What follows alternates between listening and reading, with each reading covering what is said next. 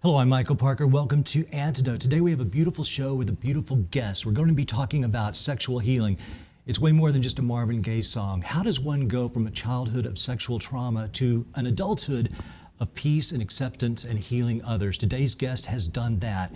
She is a relationship, she is a sexual trauma expert. She teaches tantric yoga. She teaches her own system of yoga called O Yoga. She is the very charming and wildly exotic Psalm Isadora. Psalm, welcome to Antidote. Thanks so much. It's good to be here.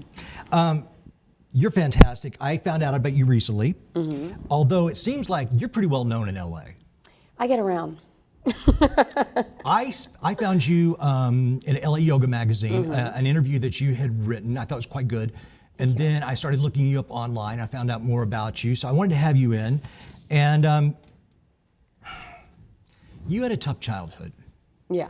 And that is the impetus for why you do the work that you do. So for our viewers who don't maybe know who you are and what you do, tell us a little bit about what happened to you as a child. Well, a lot of people ask me, how did I become a sex expert?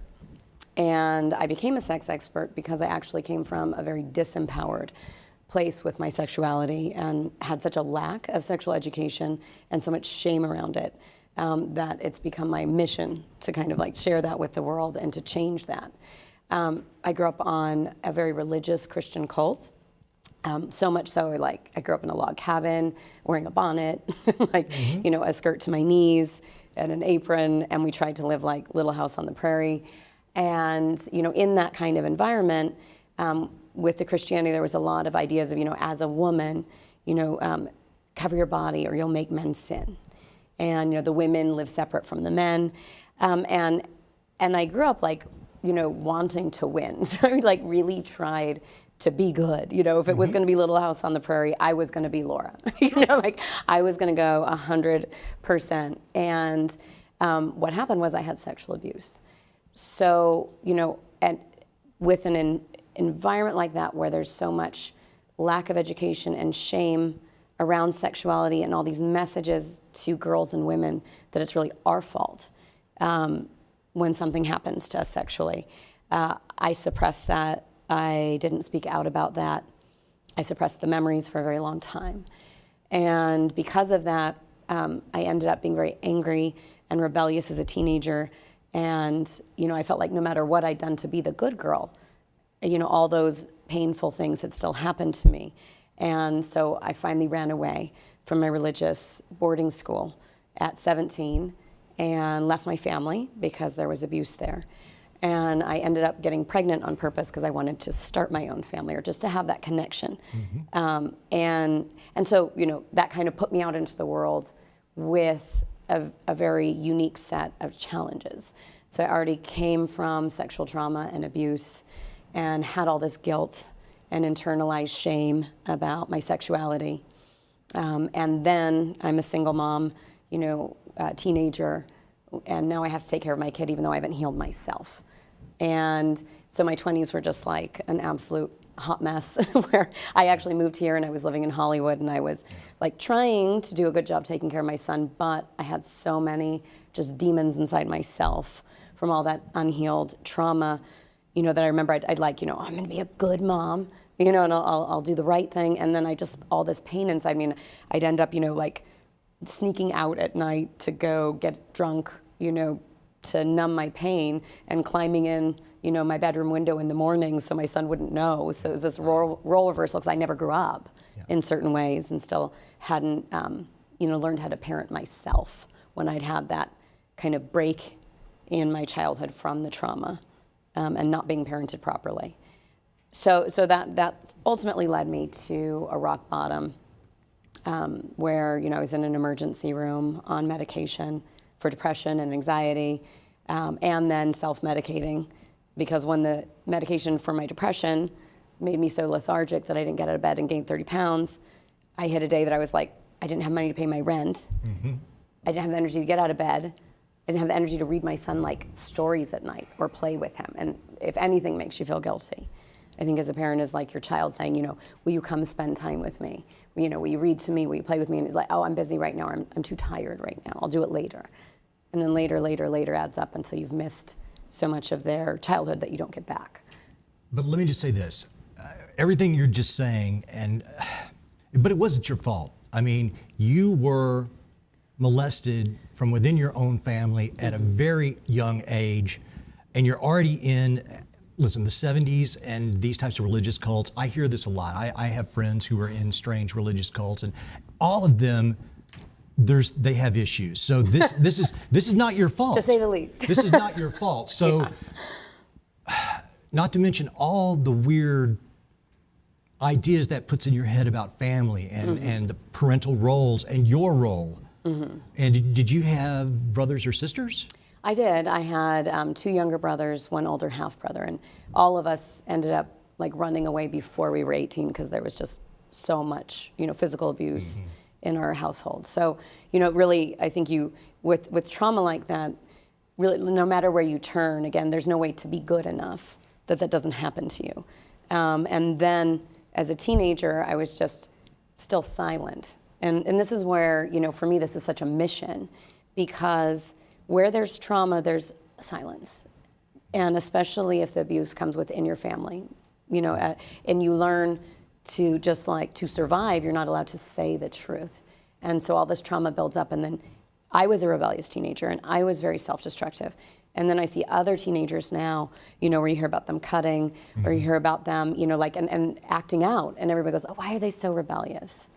I think, probably 9 out of 10 times there's some serious trauma going on that leads up to that, and they have no way to speak their pain, so they act out their pain, but in ways that are self-destructive. Well, when you got the strength to get yourself together, how did this happen? I mean, because when you mentioned that in your 20s you were doing drugs and trying to, I totally get that. I've been there myself. But at some point, you said, you know what, I'm going to change this.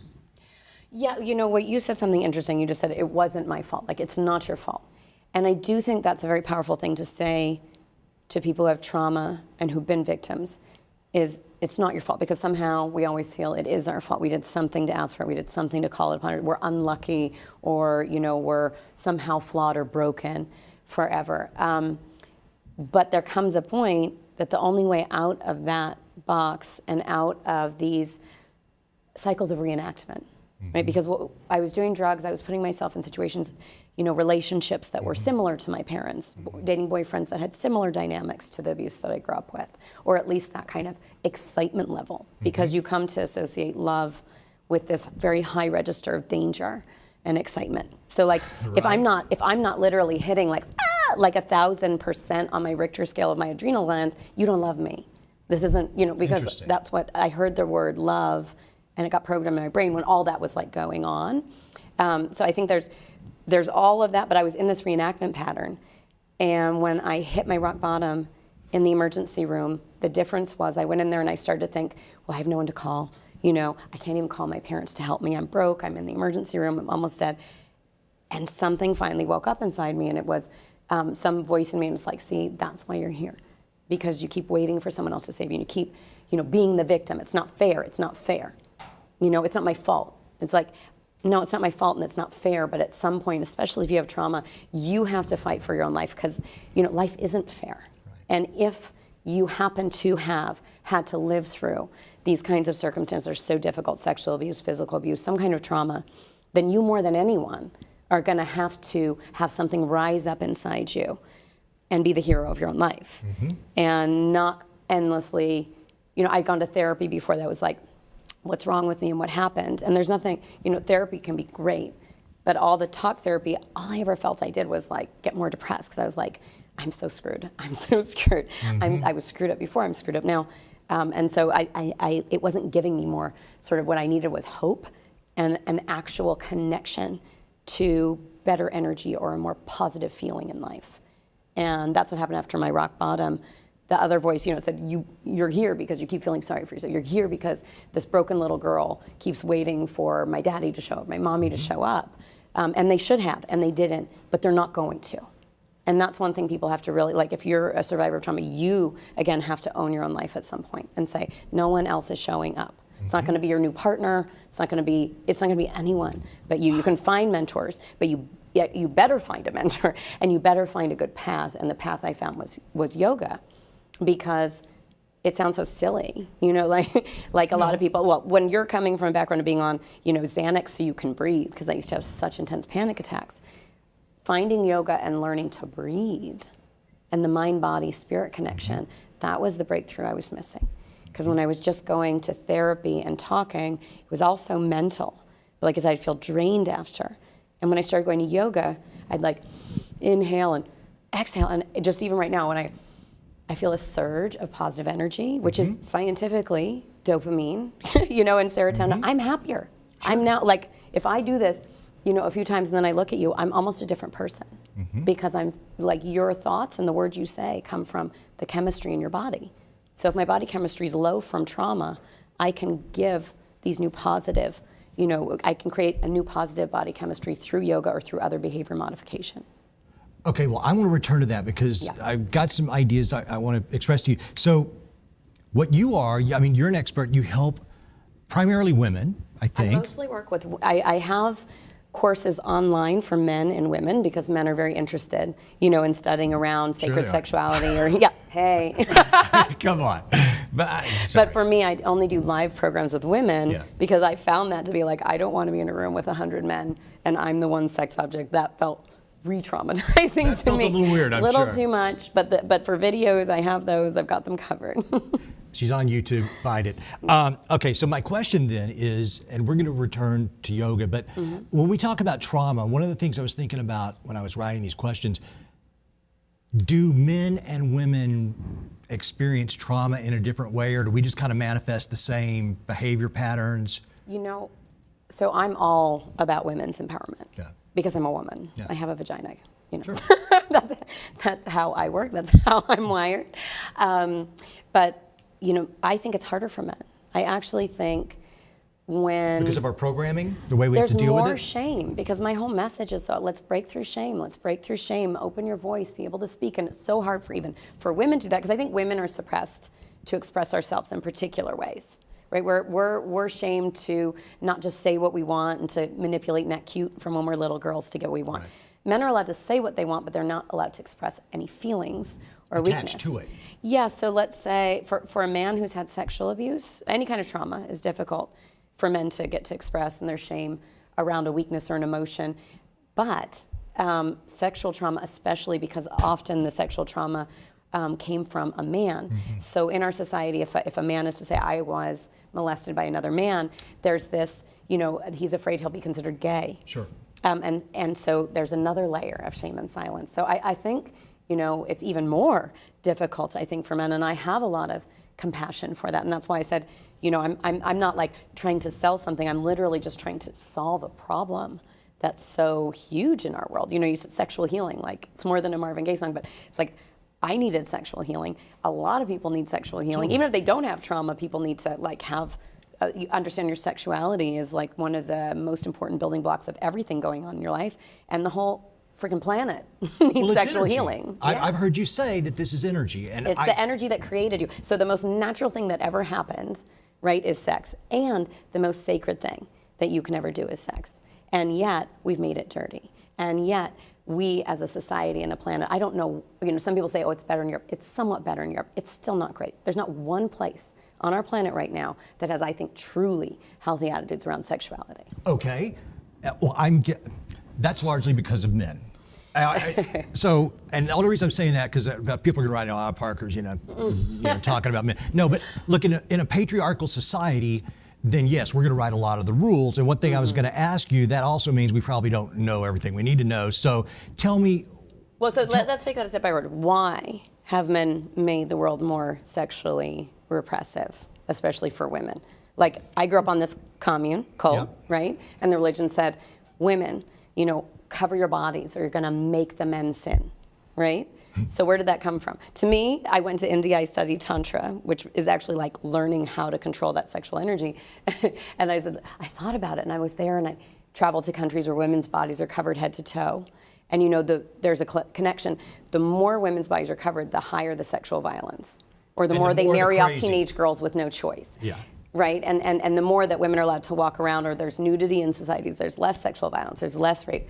So I said, what kind of world would we live in if men were taught to train their dicks instead of women told to cover their bodies because men can't control themselves? There's always this like endless, like, well, men are weaker or men can't. I was like, bullshit. I call bullshit. Or even if it's hard for you, you know what? You go to the gym to exercise every other muscle. Why don't you learn how to control that muscle? You know what? That makes far too much sense for it to actually be true. No, I'm just kidding. Well, I was going to ask you, what is something that men don't know about feminine sexuality? Because when we were talking about this whole patriarchal structure and why is it like this, so what else are we missing? What else are we not getting?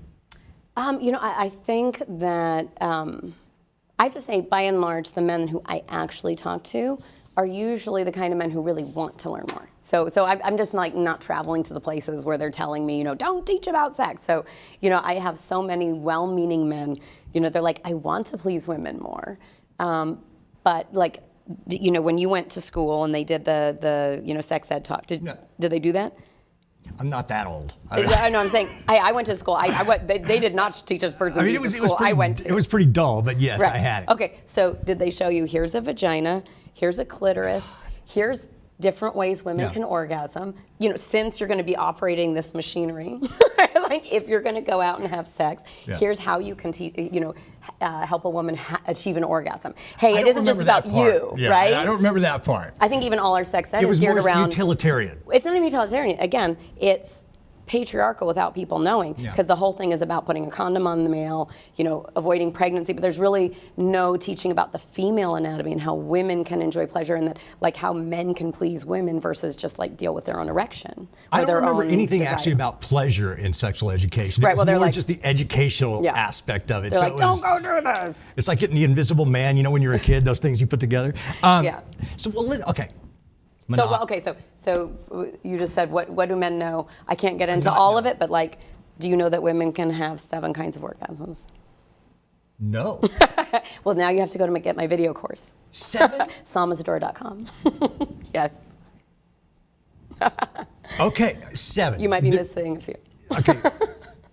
Okay. I know women can have multiple orgasms. Yeah. You're saying also there's different kinds of orgasms. There's different kinds. Yeah. All right. Well, most women don't know they can have 7 kinds of orgasms. I want to know more.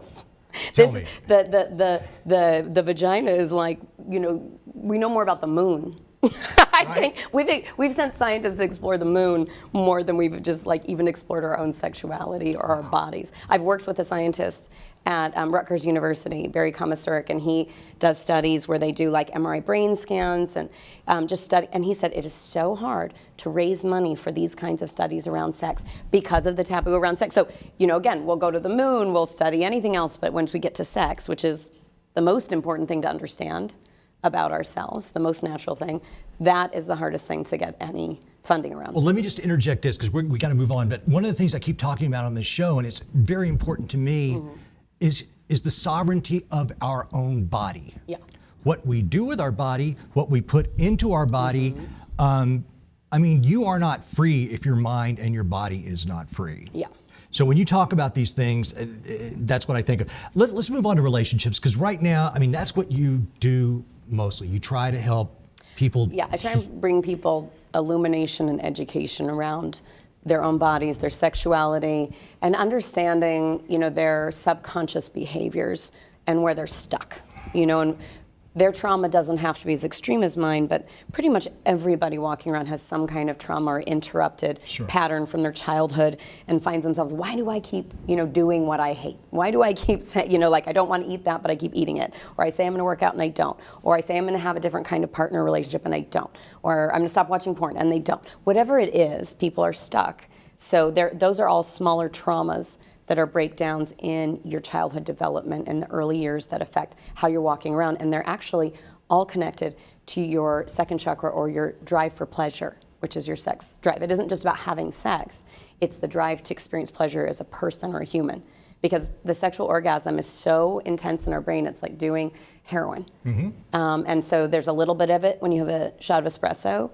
You can get it in food, you can get it in sex, you can get it in alcohol or drugs. And so I really try and make people aware, what are your patterns of having pleasure in your life? Or are they in alignment with the kind of person you want to be?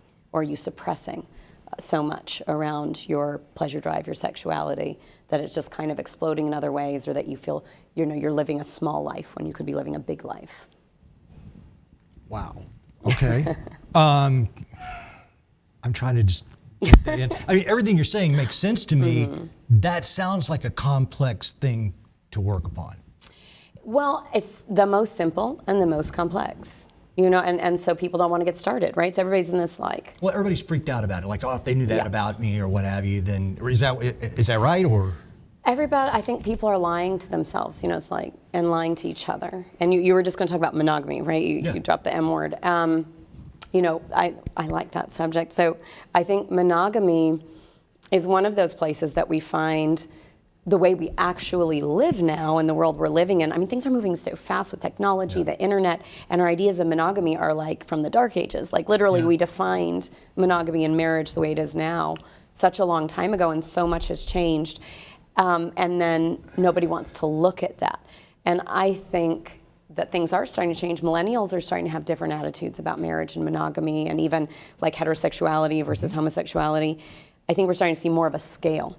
And the way that I look at it is, I don't think there's a right or a wrong, where we really mess ourselves up. We go, this is right and that's wrong. You're a good girl or a bad girl or a good boy or a bad boy. Right. Instead of saying, we're complicated creatures with these primal desires, but then we have to learn what choices we make affect, the consequences in our life. But like, I think some people are literally 100% happy being monogamous. There's that end of the scale, and they really are. They're totally fulfilled being monogamous. And then you have people over here, and they'll never be happy being monogamous. It's very natural for them to have multiple partners or more variety. And I think it also is connected to the drive for stability and security is rooted closer to monogamy, and the drive for variety and like excitement is on, like having multiple partners or having less committed relationships. And I think a lot of people fall in between those two kind of poles. But I think people need to just start being honest about what their desires are. I am completely supportive of open relationships. I myself have open relationships, not so much like not polyamorous. I think that's too defined. I'm just very honest with anyone. And I just mostly I'm too busy to probably be in a super committed monogamous relationship. And so I'm honest about that. But I think a lot of people feel so ashamed that they lie, and that I don't support. I just recently had someone come to me, and that was an issue. Like, what do you say to someone if you know her husband's cheating? And just, what do you say? What do you do? That I don't have 100%. You have to look into the situation. Right. But what to me is sad is that, here you have the husband lying, here you have it, and it's because we don't talk, and because I think as a society and a culture, we haven't really been willing to shed more light into, what is monogamy? What are our models for relationships now? And where does your sexuality fit? Are you a more monogamous person or happily a less monogamous person? You're asking me? Yeah, why not? Putting you on the hot spot. Okay, wait a minute. Restate that, though. Am I more monogamous or less monogamous? So are you happier being more monogamous or less monogamous, do you think, naturally? Do you have one? How much of your life have you spent in either? I'm interviewing you, Saul. Okay. So, let me ask you this. Didn't want to tell on yourself. It's okay. No, I'm monogamous and have been for a long time. Okay. But here's the deal. Monogamy does seem anachronistic. We are biological organisms with a biological imperative. Right. So here again, we're talking about this social structure that has been handed down to us for freaking decades or centuries, thousands of years, that this is how it's going to be. And you should probably stick to this. So I'm just putting it out there because there is no right or wrong answer. I just wanted to talk about it. Yeah, no, I think just talking about it is good too. But here's the other thing I find is people come to me and they go, do I think monogamy's better, non-monogamy's better? I say you really have to look at your situation. Yeah. If you want to have more stability in your relationship and take less risks, then stay monogamous. Yeah. That's just the truth. We don't live in some perfect world, right? We live in this world, and we do have to kind of deal with the structures of our society. But if you want to open that up, or you feel your relationship is kind of already falling apart, and you want to open that up to being an open relationship or an open marriage, just that people understand that that puts it at a higher risk, because you're just kind of introducing more excitement and also more chaos along with that. And I admit, I'm being a bit of a smart ass when I didn't give you an answer. But it's my show. You can do what you want. So let me ask you this. Well, then what is your opinion? What is true love? Oh, I think mostly I'm just like really annoyed with, Really? I think that idea, like, what is love? You know, I've thought before. So it's like a PIL song or something. It just I don't know. pisses you I feel like I would just make a lot more money if I just like, I'll teach everyone how to like get married immediately and find true love. But I just think it's so much of a bigger idea than that. And I think people shove all their problems into this love Whether box. it works or not? No, just they go like, if I found true love, my other problems would go away. Right. And really, I think you have to love yourself first. Yeah. And I think learning to love yourself is not easy, and it's a process. But when you do, I think, and I have to say, like, really loving yourself is respecting yourself. So I think, instead of chasing around true love or the perfect partner, learning how to love yourself and respect yourself is really important. And that's a message I would really like to get to, like younger teenage girls. It's like, first love yourself and respect yourself before you run around looking for attention or true love or, a panacea to all your problems in finding, like love or whatever that is, boyfriend. I understand. Wow. Well, when you talk about young people, one of the things that goes off in my mind immediately is this, right now, this hookup culture. And I get a lot of questions from the crew here, because sometimes when I have a very interesting person coming on like yourself, I ask the production crew, hey, what do you think would be a good question? So some of these have come from them, and we were having a discussion the other day, and we were talking about a particular individual. It was like, dude's totally addicted to his phone, because if he puts his phone down and we're talking, he might miss, something on Tinder or something. Right. So in this culture in which now, because we used to court, or at least we used to buy you a drink, it's Right. like, and these days, it's like, I guess flick right, flick, it's just, what is that? I mean, am I just the old guy who's like not feeling it, or what? I'm on Tinder. Okay. I'm on Tinder. But I'm a busy woman. But you're also, yes, and you're also an adult with a fully developed because emotional... and Tinder goes like this. Tinder's like, left 100 times for maybe one right. And then they still have to buy me a drink. As they should. But seriously, my question is, because I heard you in an interview, and ultimately this is where we're going with this. Sex is energy. Yes. And that's why you do what you do. Yeah.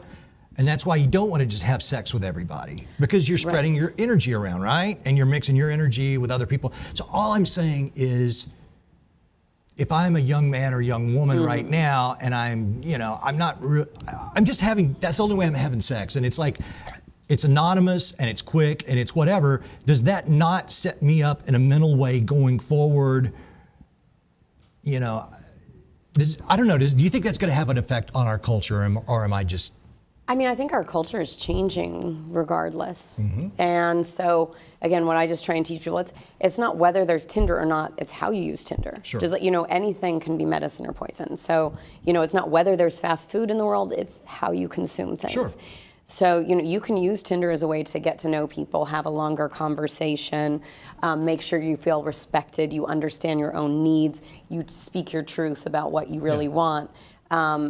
I think then it's fine. But if you're already hiding all those things and now everything moves faster, then it can be multiplied and maybe even accelerated. They're the same problems people have always had, but perhaps they can be accelerated through how fast technology moves now.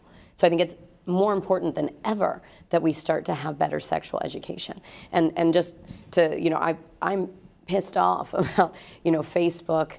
It might as well be the Catholic Church at this point, because I can't run an ad for sexual education because they call it porn, Really? but more and more people are exchanging dick pics and hooking up, and there's a rise in STDs with millennials because of all the social media that you're bringing up, because it's easier to make a hookup anonymously, and less, and these same structures that are allowing people to do the hookups and exchange dick pics, whether they want to admit that's what they're doing or not, that is being used for that, they're still saying anybody using the word sex for sexual education is porn. They need to be responsible. Facebook needs to be responsible. Twitter needs to be responsible. That if they're going to have this service where people do hook up more easily, that they, weigh the scales out by providing more positive sexual education, more talking about how to avoid STDs, more talking about safe sex. That has to be equally out there on these platforms, and I can't pay them to run an ad for that right now because they put me in the same box as porn because of the shame around sex. So that's something that needs to change. Wow, well, I did not know that. That's the stupidest, silliest. And they pretend it's because they're moral. They go, oh, because we can't allow sexuality on the platform. We're going to know every single thing about you. I call bullshit again. Yeah, we're going to follow you. On Facebook and on Twitter. The minute you leave Facebook, we know the next 10 sites you go to. However, we're not going to let Psalm have an ad. Right, and if my FB account gets blocked, I'll know you FB. Yeah. You did it. Wow, well, I was not aware of that. It doesn't really surprise me. Well, tell me about... in the time that we have, tell me about Tantra, because I know you're sick of talking about Sting and all that, but it's like, what is Tantra? And some people will say chakras and all these things, like that can't be real. Enlighten me. Tantra, at its simplest way of looking at it, is understanding that with everything, and especially sex, there's a mind, body, spirit connection. So I know a lot of people, there's all these myths, and Tantra's gotten a confusing name, or it's too weird, or takes too much time. You have to have sex for 9 hours, like Sting, or you have to eat kale chips all day, or do yoga, or you're not in shape for Tantra. It's none of that. Tantra is literally just understanding that there's a mind, body, spirit connection, and that especially with sexuality, you want to make sure you're connecting on all 3 of those layers. And so you can, for yourself, Tantra for one means learning how to connect to your own sexual energy, to own it, to have sexual education and positive experiences, and to value yourself as a man or a woman, to be educated. And Tantra for two means that you can have that deeper kind of soul connection. And I don't mean that in some corny way, like soul connection. It's literally saying that's not like at all. taking in that sex is not just some way we can use each other physically. Sex is something that we can connect psychologically and our energy. Absolutely. That it's like two people having the most beautiful experience I think two people can have. And again, the best experience. Yeah, and we as a society have perverted that. We've said sex is something dirty, or sex is something that distracts us, or sex should be kept in the shadows or secret. Literally, it should be the thing that we say is the most sacred thing two human beings can experience together. And not because you're in love forever, or not, but because it has power. And we have to understand the power of it and own that and get it out of kind of the shadow, because when we don't educate ourselves around sex, unfortunately that leaves room for all the sexual abuse, sexual violence, the rape culture on college campuses, so much of it in the news all the time now. And I think we're finally coming to a point in history and in the news that people are willing to talk about this stuff. And I'm glad, and I'm really here to be a voice to encourage other women, other men, other people to open their voice around any sexual abuse, and also learn to, by doing that, to value themselves and totally just get rid of that shame around sexuality. You have a studio here in LA? I don't have a studio because I travel too much. So I have my online video courses at isadora.com, and that's where people can go and learn about 7 kinds of orgasms. Men can learn, women can learn, and get enlightened with Tantra and your sexuality. And I have free videos, so it's a really great for people to go check that out. And also people can follow me at Isadora on Facebook, Twitter, Instagram. It's the same. Well, we're gonna put all the links for all your stuff in the synopsis. I think you're really fun. Listen, you're also in a reality show, so let's talk about that. You're in this thing called Cougar Club. Yes. It's on the Playboy channel. I know. So, so I haven't seen it yet. When first I got asked to do it, I was like, oh my God, do I really have to say it? Basically I'm saying I'm a cougar. I'm owning that term. Is that a bad thing? I used to just think it was kind of an annoying term, because what are men? What's the freaking equivalent? You know what I mean? Is there some, if a 40-year-old man is dating a 30-year-old woman, we don't even bat an eyelash. There's not a name for that. If there's a 10-year difference between a man and a woman, women are like, oh, good, he's like, a little older. He's more serious about what he's doing. So I think the fact that we call it something means that we're, that asked backwards. Well, about and probably here again, women's sexuality. Well, that's probably again a name that men came up with, don't you think? Maybe, but I mean, like, we hit our sexual prime, at 40, and beautiful. Men hit their sexual prime, in their 20s. So, like, what are we to do? What is a sexually active, like, powerful woman to do in her 40s? Okay, yeah, I think we can still keep up. I personally, but well, let me. Well, especially once you learn Tantra. Hey man, I need to get on that website. So, okay, the reality show. This is you. You look fantastic. Right. You look like that's the Playboy version. It's brilliant. It looks like you're in Real Housewives of Beverly Hills. I used to work on that show, so I wanted to ask you about this. How do you feel about being in a reality show? I actually, I had a lot of fun, but it was very stressful. Sure. I do have to say, you're in this fishbowl. No, it's like somebody has a magnifying glass on you with the sun burning a hole on you the whole time. Everybody's watching you, and there's all this pressure to, to not to perform, but just to keep it moving, So that was intense. That was intense, and then I found on the show that I did, because we were bringing in sexuality, and it was showing, women really just dating, women dating younger guys and owning their sexuality and being who we were. I was in alignment with that. I was like, you know what? I stand for anything that kind of brings more light to sexuality, and so it was good. Playboy provided a big platform for me to be able to do that, but it was, interesting to be going on dates and amorous encounters with the cameras on, and that kind of added pressure. I'm an exhibitionist anyway, so that part, when they're like, well, you're gonna have to be, naked. I'm like, well, if there was a reality show, I'm naked most of the time. Hey man, if it's supposed to be reality. Reality. I was I'm probably one of the few people that it wouldn't be for extra ratings. Right. I was like, I love my body. I'm comfortable, with myself, and when I'm at home, a lot of the time I sleep naked, I walk around naked, so. Well, you're vivacious. You're fun. We're gonna wrap this thing up, I think. But so, what are you up to next? What are you? You have so many things going on. Yeah. What are you doing right now, as well? Yeah. So I'm traveling. I'm a speaker at kind of large events. I'm about to go to Greece and be a speaker at something called A-Fest on sex, shame, and your brain. So that's really exciting, is starting to spread the sexual education in larger movements and globally. Creating more videos, so more of the Tantra videos, partnering with a lot of bigger companies. That's exciting. And I'm developing a new TV show, which is more centered around, my vision and my work, which is great. So, I'm just excited about, getting this message on a global scale, and then really being able to also, through, liberating sexuality, through showing an example of just living, as a more sexually liberated woman, and then, being able to help other people who want to learn, or especially people who want to learn to, release their old traumas and have sexual healing or open their voice. That's exciting. I'm going to be doing that on a global scale. Okay.